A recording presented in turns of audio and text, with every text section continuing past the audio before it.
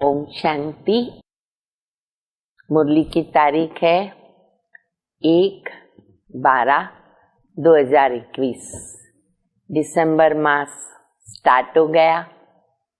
कब स्टार्ट होता कब पूरा होता, 31 दिसंबर 2021 भी पूरा हो जाएगा। बाबा देखो जो भी कार्य करा रहे हैं, अब जल्दी जल्दी समय आगे बढ़ रहा है, हमें भी जल्दी जल्दी संपन्न बनना है। आज बाबा कहते हैं कि जैसे बच्चे ये विकार वो कांटे हैं और बाबा बागवान इन कांटों को निकालने के लिए हमें शिक्षा देते। तो बाबा जैसे कई बार कहते कि काम विकार बहुत बड़ा कांटा है, काम महाशत्रु है। बाबा की पहली आज्ञा है काम जीते जगत जीत। आज बाबा क्रोध के ऊपर बता रहे हैं। क्रोध बहुत बड़ा कांटा है। सचमुच क्रोध जो है, कहते हैं ना, मटके सुखा देता है, पानी के मटके सूख जाते हैं। विनाश में भी क्रोध मदद करता है। तो बाबा कहते बच्चे पुरुषार्थ करते रहो, यह भी कांटा निकल जाएगा। बाबा बागवान हैं। इतनी अच्छे शब्दों में बाबा कहते हैं कि तुम बच्चों को बाबा ने संगम के पॉट में डाला है। माया के विघ्न आते हैं, परंतु बीज जो है ज्ञान का वो अविनाशी है, तो उसका विनाश नहीं होगा। ये विघ्न भी सब एक दिन खत्म हो जाएंगे। गीत भी बहुत अच्छा था ना, तुम ही के थे, तुम ही के हैं, तुम ही के रहेंगे। जो भी सितम सामने आएंगे वो हम सहन कर लेंगे।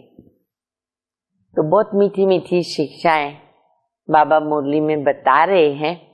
बाबा की मुरली सुनेंगे। मीठे बच्चे, क्रोध भी बहुत बड़ा कांटा है। नोट करो सब, क्रोध भी बहुत बड़ा कांटा है। इससे बहुतों को दुख मिलता है। इसीलिए इस कांटे को निकाल सच्चे सच्चे फूल बनो। आज बहुत वैरायटी फूलों को बाबा ने याद किया है। हम जानते हजारों प्रकार के फूल है और बड़े अच्छे अच्छे नाम है फूलों के। आज उसमें से कई नाम बाबा मुरली में बता रहे हैं। प्रश्न है, कांटों से फूल बनने वाले बच्चों को बाप कौन सी आथत, आथत माना धैर्य, धैर्य देते। कांटों से फूल बनने वाले बच्चों को बाबा कौन सा धैर्य देते? उत्तर है, कितना अच्छा धैर्य दे रहे हैं, सुनते ही आत्मा को संतोष हो जाता। बाबा कहते बच्चे, अभी तक कांटों से फूल बनने में जो माया विघन डालती है ना, ये विघन एक दिन खत्म हो जाएंगे। तुम सब स्वर्ग में चले जाएंगे, विघन सब खत्म हो जाएंगे, तुम स्वर्ग में चले जाएंगे। ये कलयुगी कांटे खत्म हो जाएंगे। बाप ने तुम्हें संगम युगी पॉट में डाला है। माली डालता है ना पॉट में पौधे, बीज। बाबा कहते संगम के पॉट में डाला है बाबा ने। माया भल मुरझा देती है, लेकिन ज्ञान का बीज अविनाशी है। ये बीज विनाश नहीं हो सकता। गीत सुन लिया न, वो हमसे जुदा होंगे। ओम शांति। शिव बाबा ब्रह्मा के तन से मीठे मीठे सिक्के लदे रूहानी बच्चों प्रति गुह्य राज ज्ञान समझा रहे। कितना प्यार कर रहे हैं बाबा। मीठे मीठे सिक्के लदे रूहानी बच्चे। एक तो बच्चों ने गीत सुना कि बाबा हम आपके ऊपर बलि चढ़ेंगे। भल कितने भी सितम सहन करने पड़े, किया बाबा से ये वायदा, बाबा कितने भी सितम आने दो, हम आपके ऊपर बलि चढ़ेंगे, आपके होकर रहेंगे। सितम क्यों होते हैं? क्योंकि मनुष्यों को जहर नहीं मिलता, विकार नहीं मिलता। ये तो बच्चे जानते हैं। हम न आत्मा को न परमात्मा को जानते थे, न अपने आप को न बाबा को जानते थे। तो इसीलिए हम क्या थे पहले? जानवर बुद्धि। लौकिक संबंध में अपने को जानते हैं, बाप को भी जानते हैं। इस समय के मनुष्य अपने को और पारलौकिक बाप को बिल्कुल नहीं जानते। कह देते परमात्मा का तो कोई नाम रूप देश काल है ही नहीं। अच्छा बाबा एक बहुत अच्छी बात बता रहे हैं, अगर परमात्मा का नाम रूप देश काल नहीं है तो आत्मा का भी नहीं होना चाहिए। आत्मा को भी वो लोग जानते नहीं है, तो फिर दूसरी बात क्या कहते? आत्मा सो परमात्मा, आत्मा ही परमात्मा। अभी तुमने जाना, वह तो सिर्फ नाम मात्र कह देते हैं कि आत्मा और जीव, इतना नॉलेज है। आत्मा शरीर से निकल गई, डिटेल कुछ मालूम नहीं। आत्मा विनाशी है, जीव विनाशी, ये भी जानते हैं। अच्छा, आत्मा क्या चीज है?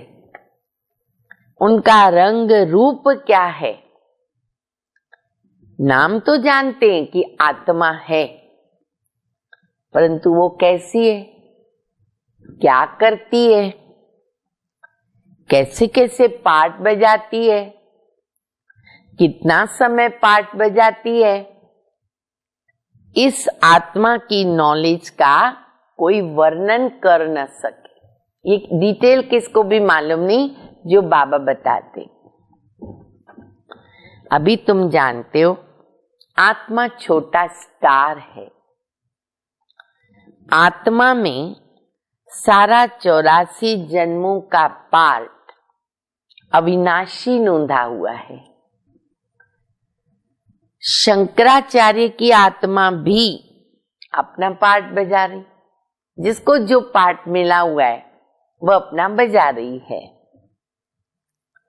ये भी कोई नहीं जानते कि आत्मा कैसे सतो प्रधान फिर सतो रजो तमो में आती है।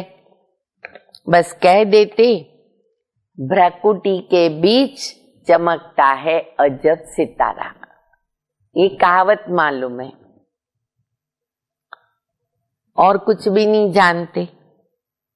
आत्मा को नहीं जाना, गोया परमात्मा को नहीं जाना। इस समय है कांटों का जंगल, सब कांटे हैं। न रचयिता परमात्मा को जानते, न रचना के आदि मध्य अंत को जानते। तुम बच्चे आत्मा और परमात्मा को जानते हो, हम बच्चे जानते हैं ना, जानते हो, लेकिन नंबरवार पुरुषार्थ अनुसार। देखो ये भी वंडर है, बच्चे भी नंबरवार एक जैसा नहीं जानते। क्यों? बहुत अच्छा कारण बाबा ने बताया। बहुत बच्चे हैं जो यथार्थ रीति नहीं जानते। बाबा को भी कोई 50%, कोई 60, 70 ऐसे जानते हैं। देह अभिमान में रहने के कारण पूरी धारणा भी नहीं होती, नंबरवार है ना। अच्छा, बच्चे पूछते बाबा को कि बाबा ऐसा क्यों है? आपने तो एक जैसा ज्ञान दिया, फिर बच्चे क्यों नहीं एक जैसा जानते? ऐसा क्यों? बाबा जवाब देते। बाबा कहते, बच्चे ये राजधानी स्थापन हो रही है, इसमें सब प्रकार के जरूर चाहिए ना, नहीं तो सारे राजा बन जाएंगे ना, अगर सब अच्छी तरह जानेंगे तो बाबा कहते, बच्चे राजधानी स्थापन हो रही है, हर प्रकार के लोग चाहिए। पत्थर बुद्धि होंगे तब तो कम से कम पद पाएंगे, ऐसे भी चाहिए जो एकदम कम पद पाए, तब तो डिनास्टी तैयार होगी। अगर खुद जानते हो तो औरों को भी समझावे, ये निशानी बाबा बता रहे हैं। तुम कहेंगे आगे चलकर समझाने लग पड़ेंगे, परंतु ऐसे भी कोई चाहिए तब तो कम पद मिलेगा ना। कहाँ राजा कहाँ प्रजा, कितना फर्क है। यहां तो राजा प्रजा सबको दुख है। सतयुग में न राजा को दुख है न प्रजा को दुख है, पर मर्तबे में बहुत फर्क है। सुखी सब है, पर राजा राजा, प्रजा प्रजा, दास दासी, दास दासी, नौकर चाकर। पूरी धारणा न होने के कारण किसको समझा नहीं सकते, फिर कोई न कोई कांटा लगता रहता है। कभी लोभ का कांटा, कभी मोह का कांटा, भूतों की प्रवेशता होती रहती है। पूरी धारणा नहीं है ना, तो माया सामने आती है, लोभ और मोह और कई प्रकार से। तो बाबा कहते उसमें फिर बच्चे फेल हो जाते हैं। ये भी तो होना जरूर है ना। तुम हो प्रजापिता ब्रह्मा, कुमार कुमारियां। प्रजापिता का बाप कौन? बोलो, प्रजापिता का बाप कौन? शिव बाबा। बाकी शिव का बाप, अच्छा बोलो, शिव का बाप कौन? कोई नहीं, शिव का बाप कोई नहीं। ये ब्रह्मा विष्णु शंकर भी शिव की रचना। तो सब हो गई आत्माएं, परमात्मा एक, शिव बाबा एक, परमात्मा एक, बाकी सब उनके बच्चे। ब्रह्मा विष्णु शंकर अथवा लक्ष्मी नारायण आदि कोई भी मनुष्य आत्मा से कभी भी गति सदगति का वर्षा मिल न सके। कोई से भी नहीं मिलता, केवल बाबा से, क्योंकि वो बाप है। मनुष्य न आत्मा को यथार्थ जानते न परमात्मा को जानते। एक परमपिता परमात्मा ही आत्मा का रियलाइजेशन करा सकते हैं। ज्ञान से सद्गति होती, ज्ञान तो एक बाबा ही देते हैं। कोई कोई बच्चे फिर यज्ञ की स्थूल सेवा भी बहुत करते। हर प्रकार की सेवा आनी चाहिए। स्थूल सेवाएं तो बहुत है, उसमें बहुत मार्क्स मिलती है, वो भी बहुत जरूरी है। इस सब्जेक्ट से भी तो मार्क्स मिलती है। अब तुम बच्चों को देखो बाबा क्या सुना रहे, अमर कथा, तिजरी की कथा सुना रहे।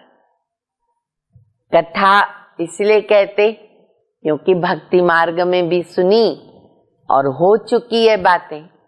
बाकी तो बाबा ये पढ़ाई है, ये वास्तव में कथा नहीं है, ये रूहानी ज्ञान है। अपने को और बाबा को जानना है, ज्ञान है ये। वो तो कह देते जैसे पानी से बुदबुदा निकला और जाके समा गया। हम ब्रह्म से पैदा होकर पाठ बजाएं, फिर ब्रह्म में लीन हो जाएंगे, या हम ही ब्रह्म बन जाएंगे, ऐसा ब्रह्म में पड़े हुए। और कोई रचना रचता का ज्ञान दे न सके। ज्ञान तो बाप ही समझाते हैं। इनका नाम है शिव।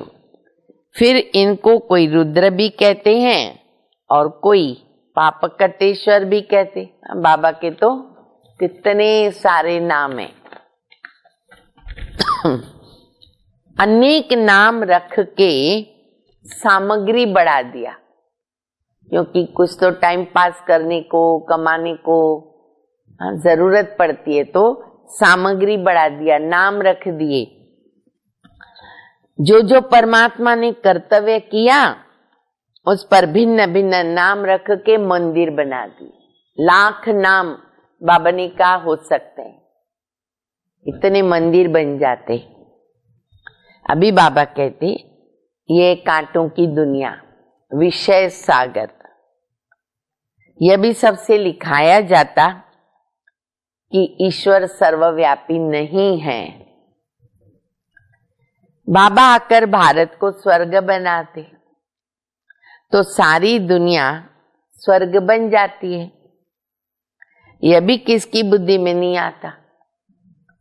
शास्त्र तो सब है भक्ति के, बाकी हर एक को अपने अपने काम का ज्ञान होता है। अब कितनी सारी फील्ड है ना, जैसे आज बाबा ने कारपेंटर नाम लिया, पेंटर है, इलेक्ट्रिशियन है, कई फील्ड है दुनिया में। तो वो जिसमें माहिर हो जाते हैं उनका उनको ज्ञान होता है। तो बाबा कहते जैसे कारपेंटर है, कारपेंटर को सिंधी में कहते वाढ़ा, तो बाबा ने वो शब्द भी यूज किया है वाढ़े। कारपेंटर को तो वाढ़े का ही ज्ञान होगा ना, लकड़ी कैसे काटना, कैसे फोल्ड करना, XYZ जो भी होता है कारपेंट्री काम, वो नॉलेज उसको होती है। अच्छा, डॉक्टर होगा तो उसको डॉक्टरी का ज्ञान होगा। लेकिन बाबा जो ज्ञान सुनाते वो है रूहानी ज्ञान, जो तो एक परमात्मा आके ही देते हैं। मनुष्यों को ये पता नहीं कि परमात्मा किसको कहा जाता। गीता में श्री कृष्ण का नाम डाल दिया, सारा गड़बड़ घोटाला कर दिया ना, सर्वव्यापी कह दिया, फिर गीता का भगवान बदली कर दिया। मुख्य बात ही ये है, माई बाप को खंडन कर दिया तो बाकी सब शास्त्र झूठे हो गए। झूठे पत्थरों की भी खानियां होती है, वो भी कितने यूज होते हैं ना कलयुग में। तो झूठे पत्थर होते, उनकी भी बाबा कहते खानी, जैसे सतयुग में सोने की खानियां, कलयुग के अंत में झूठे पत्थरों की खानियां। यह भी जैसे झूठे पत्थर है, पारस बुद्धि वाले रहते पारसपुरी सतयुग में, ये नर्क है। बुलाते हैं पतित पावनाम, जरूर पतित है। नर्क और स्वर्ग दोनों भारत में, दोनों भी भारत में। कैसे? कोई मरता है तो कहते स्वर्ग पधारा। ये बुद्धि में नहीं आता कि स्वर्ग को सतयुग कहा जाता। परमात्मा स्वर्ग की स्थापना करते, ना कि नरक की। रावण राज्य कब से शुरू होता ये भी किसको पता नहीं। बल शास्त्र बहुत पढ़ते, ब्रह्मचर्य में भी रहते, कई ब्रह्मचर्य का पालन करते। पैदा तो विकार से होते ना। साधु सन्यासी भी साधना करते हैं, बाप से मुक्ति मांगते हैं, क्योंकि छीछी दुनिया में कोई रहना ही नहीं चाहता। कितनी छीछी दुनिया, हर एक सोचता है इनसे हम मुक्त हो जाए, शांति में जाए, मुक्ति में जाए, मोक्ष को पाए। बाबा कहते पहले आत्मा को जानो कि कैसे वो जन्म मरण में आती है, कैसे सच्चे सोने में खाद पड़ती है, कैसे 84 जन्मों का वो पार्ट बजाती है।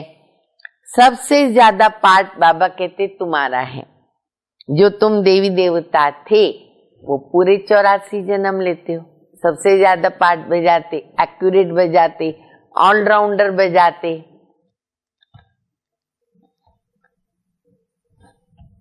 तो बाबा कहते लक्ष्मी नारायण ने राज्य किया, फिर कहां गए? उनकी आत्मा ने जरूर जन्म तो लिया होगा ना, अब भी वो कहां है कोई भी नहीं जानता। क्रिश्चियन लोग जानते हैं कि क्राइस्ट इस समय ना बेगरी पार्ट में होगा, कई ऐसे जानते होंगे। लक्ष्मी नारायण का किसको पता नहीं। तुम तो अच्छी तरह जानते हो कि लक्ष्मी नारायण जो स्वर्ग के मालिक थे, उनको ही पुनर्जन्म लेकर 84 जन्म पूरे करने हैं। सभी आत्माएं 84 जन्म नहीं लेती ना, यह भी तो ज्ञान बुद्धि में धारण करना है। धीरे धीरे आत्माएं वृद्धि को पाती है। योग में रहने के सिवाय कांटों से फूल नहीं बन सकते, ये नोट करो पॉइंट। योग में रहने के सिवाय कांटों से फूल नहीं बन सकते। योग से विकर्म विनाश होते और सतो प्रधान फूल बनते हैं। कितना फायदा होता है। जब तक यहां हैं तब तक कुछ न कुछ कांटेपन का अंश रह जाता है। अगर फूल बन गए, कंप्लीट फूल, रूप रंग सुगंध से भरपूर, फिर बाबा कहते यहां नहीं रह सकते। फूलों का बगीचा सत्युग को कहा जाता है। अभी तुम कांटों के जंगल अथवा रावण के राज्य में हो। सब कांटे ही कांटे, ये कांटों का जंगल है, कांटे ही कांटे, और उस बीच बाबा हमको फूल बना रहे हैं। जो बहुत कांटों को फूल बनाता है ना, उन्हें कहते सच्चा खुशबूदार फूल। औरों को आप समान बनाएं, फूल बनाएं, वो बाबा को प्रिय लगते हैं। एक फूल होता है, देखो अभी बाबा फूलों का कितना डिटेल बता रहे हैं। एक फूल होता है किंग ऑफ फ्लावर, फूलों का राजा, सफेद होता है, टेबल पे रखा जाता है, फिर खिलता रहता है, खुशबू उसकी बढ़ती रहती है। अब ऐसा फूल कोई होता नहीं।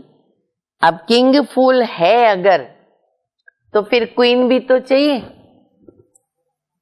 पहले तो बाबा ने बताया कि कैसे फूलों का राजा, फिर बाबा कहते क्वीन भी चाहिए, तो रात की रानी, क्वीन आ गया ना नाम, उसको कहते रात की रानी। गुलाब, मोतिया, कितने अच्छे अच्छे फूल है, बहुत अच्छे नाम भी है। फ्लावर शो दिखाते, पूरी एग्जीबिशन रखते हैं, हजारों प्रकार की वैरायटी और हजारों नाम। तो बाबा कहते फ्लावर का शो दिखाते, वहां सब अच्छे अच्छे फूल लेकर के आते हैं। जो अच्छे अच्छे फूल लाते उनको इनाम मिलता, फर्स्ट सेकंड थर्ड इनाम रखते ना उधर। तुम भी फूलों का बगीचा बनाते हो, हमको तो बाबा कितना बड़ा इनाम दे देता। शिव पर फूल चढ़ाते, अब और नाम बाबा बता रहे, उसमें रत्न ज्योति, फिर अक के भी फूल चढ़ाते, रत्न ज्योति, चमेली, चंपा, पता नहीं क्या क्या होता है। फिर बाबा कहते अक के फूल जो सिर्फ शिव बाबा पे चढ़ते हैं। बाबा ने समझाया है, मैं यहाँ तुम बच्चों को फूल बनाने का पार्ट बजाता हूँ। मैं जानता हूँ कौन गुलाब के फूल है, कौन मोतिया और कौन रत्न ज्योति। अभी आप लोग देखो अपने को, हाँ क्या है हम, गुलाब है, रत्न ज्योति है, मोतिया या कोई और फूल है। और कौन अक है? अक कोई नहीं बनना, माया ने हमको अक बना दिया। बाबा ने फिर भी हमें स्वीकार किया। यही कारण है कि भक्ति मार्ग में शिव पर ही अक के फूल चढ़ते, कोई देवी देवताओं पे नहीं चढ़ते। एक बाबा ही है जो हमें स्वीकार करते। तो बाबा कहते हैं, देखो अपने को हम कौन से फूल बने। अभी सबसे छीछी होता है अक का फूल। उनकी चलन कांटों में सल। जो बच्चे भी अक के फूल हैं, उसकी निशानी बाबा कहते कांटों जैसी चलन, विकारी, असभ्यता वाली। कोई कोई तो बहुत तीखे कांटे हैं। कांटों में भी ऐसा होता है, कोई थोड़ा भी लगा बहुत लग जाता है, तीखे कांटे। क्रोध एक बहुत बड़ा कांटा है। काम के बाद क्रोध आता है, बहुत बड़ा कांटा है, बहुतों को दुख देता। अभी तुम कांटों की दुनिया से किनारे में हो, संगम पर हो, कांटों से फूल बन रहे हो। जैसे माली कांटों को निकाल फूलों को अलग पॉट में रखता है, तुमको बाबा ने अलग कर दिया। कलयुग से निकालकर संगम पर बाबा ने रखा। तुम्हारी मरम्मत होती रहती है, फिर भी माया कांटा बना देती है। कोशिश करती है कांटा बनाऊं, फिर भी एक बार हमारा बन गया ना, तो ये माया के विघ्न भी एक दिन खत्म हो जाएंगे।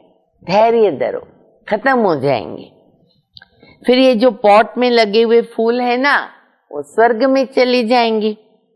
कलयुगी कांटे सब भस्म हो जाएंगे। तुम कितने थोड़े फूल हो, तुम्हें संगम युगी पॉट में डाला है। सब हम कहाँ बैठे? पॉट में बैठे हैं। बीज बोया हुआ है, माया का तूफान लगता है, मुरझा जाते हैं। फिर भी अविनाशी ज्ञान का बीज अगर एक बार डाला ना, बाबा कहते हैं उसका विनाश नहीं होता। ये याद रखें। बाप बैठ बच्चों को समझाते हैं, तुम बच्चों को ना बहुत बहुत निडर, निर्भय बनना है। बाबा कहते लिख दो, डरो मत। क्या लिखो? प्रदर्शनियां करते ना, क्या लिखो?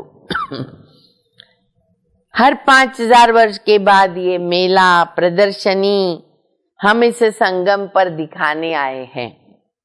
ये तो लिखना है कि ये लड़ाई 5000 वर्ष के बाद लगती है। पुरानी दुनिया को नया बनाने या नरकवासियों को स्वर्गवासी बनाने के लिए। बाबा डायरेक्शन तो बहुत ही देते हैं, युक्तियां भी बहुत सहज बताते हैं। बाप को याद करो, स्वर्ग की बादशाही ले लो। मनुष्य तो पानी में डुबका मारते रहते हैं, वो भी सागर में जावे ना। नदियां तो सागर से निकली है, नदियों का बाप है सागर, वहां जाके स्नान करो। लेकिन नदी में जाते हैं, परंतु वो खारा समुद्र है, खारा माना नमकीन। इसीलिए फिर क्या करते, मीठी नदियों के पास जाते हैं। अब तुम वो सागर के बच्चे, ज्ञान सागर पतित पावन बाबा, तुम उनके बच्चे। जो जितनी जास्ती सर्विस करेंगे तो समझा जाएगा ये अच्छा फूल है। प्रदर्शनी में भी घड़ी घड़ी ना फूलों को बुलाते, जो अच्छा समझाते हैं उनको बुलाते। समझते फलाने हमसे होशियार है, फिर होशियार का रिकॉर्ड भी रखना चाहिए। ये भी बाबा मेहनत सिखाते। जो अपने से होशियार हैं, गुणवान हैं, भले हम फॉलो करें उनको, प्रेरणा लेवे, रिकॉर्ड रखना चाहिए। बाबा हमेशा समझाते, कभी क्रोध नहीं करो, प्यार से समझाओ। क्रोध कोई करता है ना तो बाबा समझते इसमें कड़ा भूत है।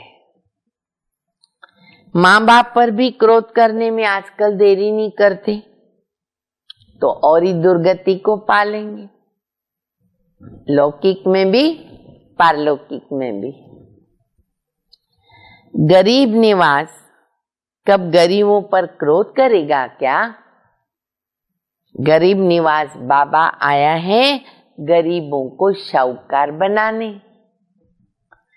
यहाँ जो पदमपति हैं दूसरे जन्म में नौकर चाकर बनेंगे। गरीब जो अच्छी तरह अगर पढ़ेंगे तो वहां जाकर रानी बनेंगे। ये फर्क है। ऐसे भी सेंटर्स पर आते हैं, हर सेंटर पर कोई ऐसे आते हैं जो ईश्वरीय सेवा में कुछ देते नहीं, अपना भाग्य नहीं बनाते, कुछ देते नहीं। उनको पता ही नहीं कि थोड़ा भी बीज बोने से हमारा भविष्य कितना ऊंच बनेगा, समझ ही नहीं है उनके पास। सुदामा का मिसाल, बाबा एक गरीब निवास हमें सुदामा, ईश्वर अर्थ दान करते, समझते दूसरे जन्म में फल मिलेगा। बाबा लिखते हैं बच्चे तुमको एक ईंट के बदले एक महल मिलेगा। कितनी प्राप्ति है। एक ईंट डाला पूरा महल खड़ा करता है बाबा, क्यों न डाले। यहां तुम कौड़ियां देते हो, कौड़ी, और हीरे बाबा से पाते, हीरे, वो कौड़ी हीरे में बदल जाती है। इसलिए चावल मुट्ठी का गायन है। गुरु नानक के टिकाणे में जाते, सिंधी शब्द है टिकाणा, गुरुद्वारा। गुरु नानक के टिकाणे में जाते, कुछ ना कुछ रखते जरूर, ये भी भक्ति मार्ग में नियम है। कुछ ना कुछ वहां पे रखेंगे, पैसा आदि, परंतु यहाँ तो बाप दाता है और गरीब निवास भी है, दाता भी है, जो करेगा वो पाएगा। अच्छा, मीठे मीठे सिकिल दे बच्चों प्रति माता पिता बाप दादा का याद प्यार। Good morning. रूहानी बाप की रूहानी बच्चों को नमस्ते। हम रूहानी बच्चों की रूहानी बाप को, माता पिता बाप दादा को याद प्यार, गुड मॉर्निंग और नमस्ते। धारणा के लिए मुख्य सार है, पहला, बहुत बहुत निडर बनकर कांटों को फूल बनाने की सेवा करनी है। सब में अविनाशी बीज बोते रहना है। दूसरा, क्रोध का बहुत बड़ा कांटा है, उसे छोड़कर बहुत बहुत प्यारा बनना है। गुस्सा नहीं करो, प्यारे बनो। प्यार से सर्विस करनी है। सर्विसेबल का रिकॉर्ड रखना है। वरदान, सर्व के गुण देखने, संतुष्ट करने की उत्कंठा द्वारा सदा एक रस उत्साह में रहने वाले गुण मूर्त भव।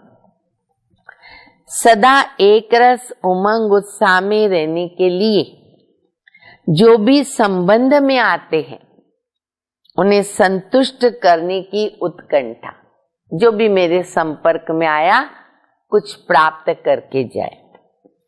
जिसको भी देखो ना उससे हर समय गुण उठाओ। सर्व के गुणों का बल मिल जाएगा तो उत्साह सदा बना रहेगा। उत्साह जब कम होता है तो औरों के भिन्न भिन्न स्वरूप, भिन्न भिन्न बातें देखते सुनते तो उत्साह कम हो जाता। लेकिन गुण देखने की उत्कंठा हो तो एक रस उत्साह रहेगा और सर्व के गुण देखने से हम भी क्या बन जाएंगे? गुणमूर्त बन जाएंगे।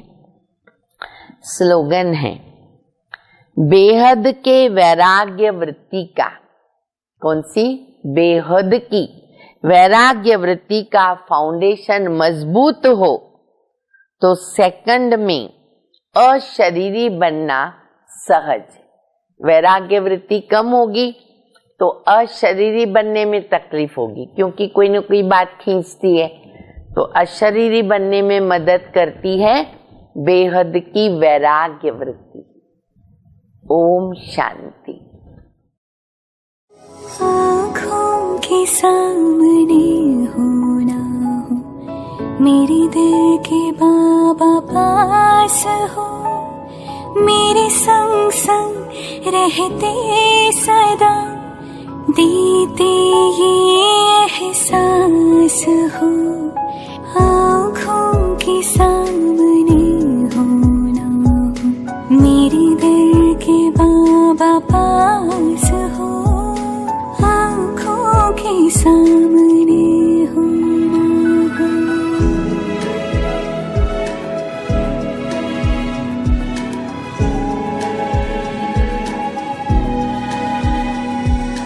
युग युग के बिछड़े मिले, जैसे हम ना थे जुदा, हर कल्प में हम मिलते रहे, जन्मों के हैं साथी सदा। मेरी धरती हो आकाश हो, मन के तुम विश्वास हो। आँखों के सामने हो ना हो, मेरे दिल के बाबा पास हो, मेरे संग संग रहते सदा, देते ये एहसास हो। आँखों के सामने हो